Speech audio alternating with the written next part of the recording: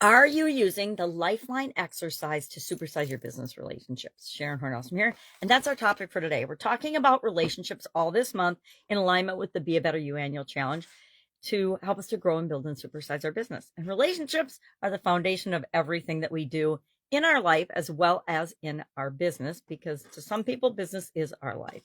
So I've been traveling and I took my timeline because it's on the back of my 9-part life framework that I share graphic, and I don't know where they are. I unpacked as soon as I got home and I forgot where I put some things. I didn't put them in my office. Lesson learned. So I quickly created a new lifeline for relationships as part of the Be a Better You annual challenge video today.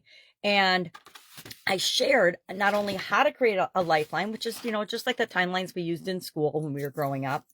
And I shared 5 things we want to do after or I guess 4 we want to do after we create this lifeline with respect to relationships and our business relationships. And all we do is we usually chart when our business started and then this year's year, or depending on how detailed you are, you might have different months where different things and different relationships come up.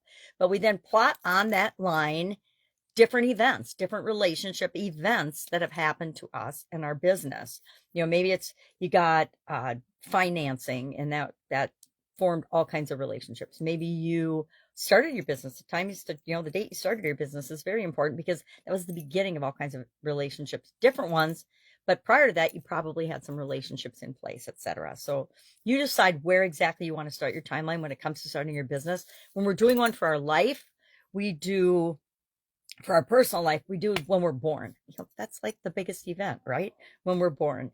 And then we go till the current year. And I always like to put an arrow beyond because I don't plan on my business ending this year or my life ending this year.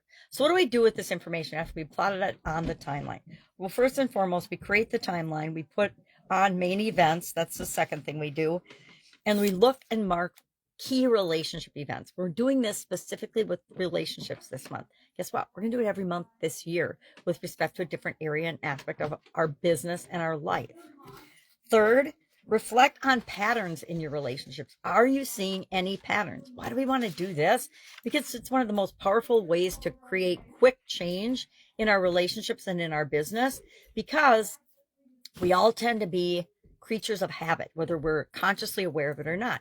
And we form different patterns. If you always hire the same type of people, for example, and then it's awesome in the beginning, but it falls apart in the middle or the end, and then there's an end, and you've done that more than once, that is a pattern that we want to learn from and figure out, okay, what are we missing, or what do we have too much of when we hire this particular personality type or person, right?